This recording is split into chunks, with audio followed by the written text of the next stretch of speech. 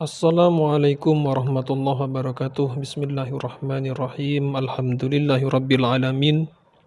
Wassalatu wassalamu ala asyrafil anbiya'i wal mursalin sayyidina wa maulana Muhammadin wa ala alihi wa sahbihi ajmain, amma ba'du. Beberapa minggu kemarin banyak beredar video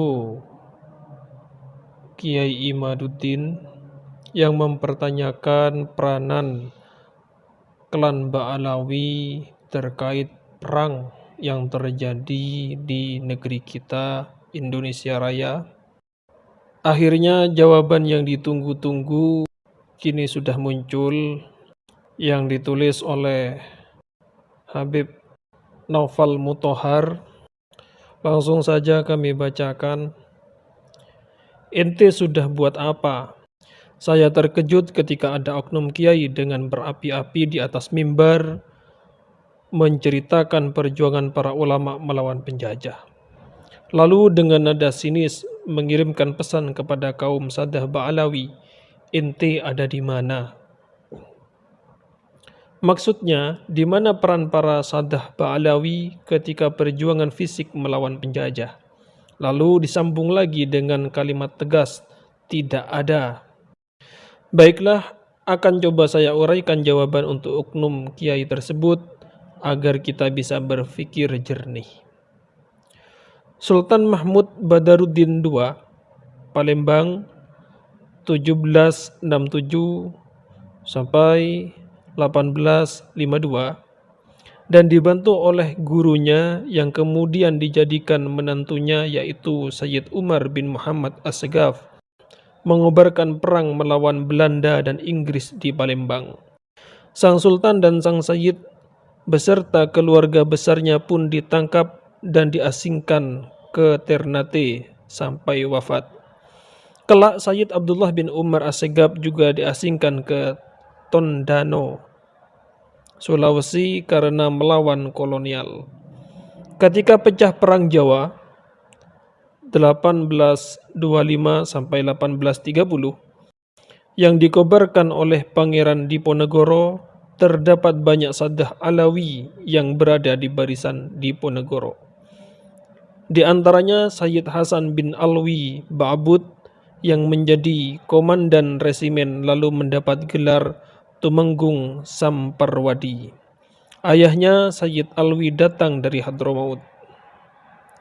Dan di antara Sadah Alawi yang berjuang bersama Diponegoro adalah Sayyid Husain bin Yahya, Sayyid Utsman bin Yahya, Sayyid Umar bin Abdurrahim Basaiban atau Raden Sutodono, Sayyid Awud bin Husin bin Yahya atau Raden Aryo Diwiryo.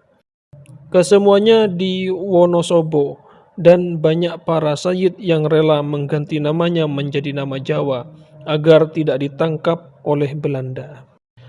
Dan banyak kisah para sayyid dari klan bin Yahya, Ba'bud, Basaiban, Bafakih dan lain-lainnya yang berada dalam barisan Diponegoro dan tetap menentang kolonialisme meski dalam skala yang lebih kecil, terlalu panjang jika diuraikan. Dalam dokumen Belanda disebutkan seorang bernama Sayyid Muhammad. Dari Hadramaut beliau ke Mekah lalu ke Aceh dan masuk ke Jawa mengobarkan perlawanan dan ditangkap tahun 1815 dan diasingkan tanpa diketahui makamnya. Ia dijuluki Sayyid Muhammad Keramat. Bahkan dalam laporan riset, perlawanannya terhadap kolonial menjadi inspirasi bagi Pangeran Diponegoro dalam mengobarkan Perang Jawa. Di Aceh terkenal nama Sayyid Mahmud yang menentang kolonial.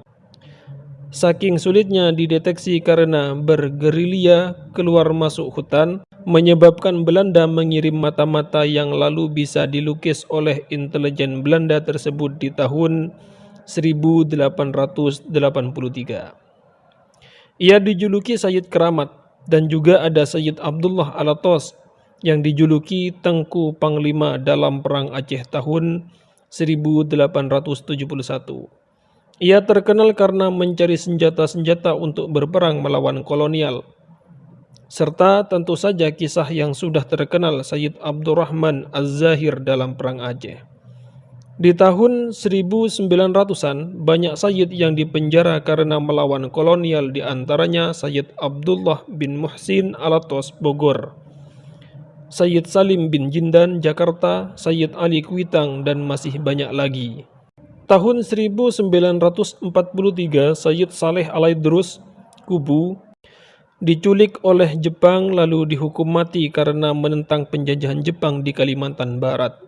Hingga kini jasadnya belum diketahui.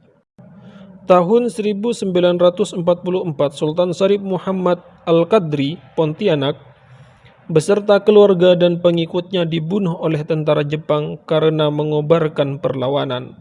Ketika tahun 1948 pecah perang di Semarang dalam agresi militer kedua Belanda, telah gugur Sayyid Umar bin Abdillah As-Segaf dan dimakamkan di Taman Makam Pahlawan di Semarang. Dalam agresi 1948 tersebut ada seorang Sayyid bernama Husain bin Salim Al-Mutahhar yang sangat dipercaya oleh Presiden Soekarno untuk menyelamatkan bendera pusaka.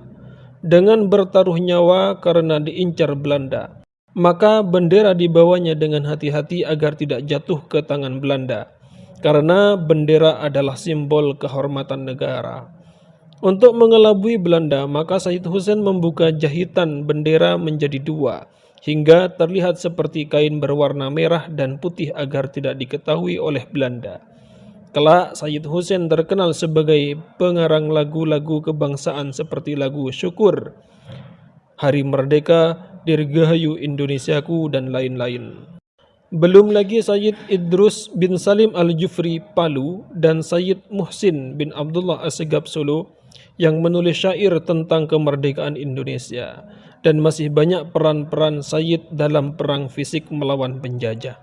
Jika ada nama yang belum disebut, silahkan tambahkan nama-nama pejuang dari Saddah Alawi. Terima kasih. Dan untuk oknum kiai tersebut, saya hanya bisa bertanya, ente sudah buat apa untuk negeri ini? Maaf, ente hanya bisa bikin keributan, fitnah, adu domba, dan menebar kebencian dengan modus sara, suku, agama, ras. Ente tak ubahnya duri dalam daging persatuan NKRI. Saya tak peduli orang percaya atau tidak sama nasab saya, percaya silahkan, tidak percaya silahkan. Jika ada oknum Sayyid yang berbuat buruk, jangan digeneralisir, semua buruk. Jika saya berbuat buruk, maka jangan disamakan semua Sayyid buruk seperti saya. Ambil yang baik dan tinggalkan segala fitnah, kebencian, dan adu domba. Jaga NKRI ini dengan akal, hati, perbuatan, dan doa-doa kita. Mudah-mudahan Allah Subhanahu wa taala memberikan kepada kita hidayah dan hati yang bersih agar kita selamat di dunia dan akhirat. Amin. NB, memiliki hati yang bersih seperti menghirup udara segar di pegunungan dan menjadi sebab sehatnya akal, hati dan badan. Hati yang buruk ibarat menghirup polusi udara dan berpotensi merusak badan. Semoga bermanfaat. Demikian, wassalamualaikum warahmatullahi wabarakatuh.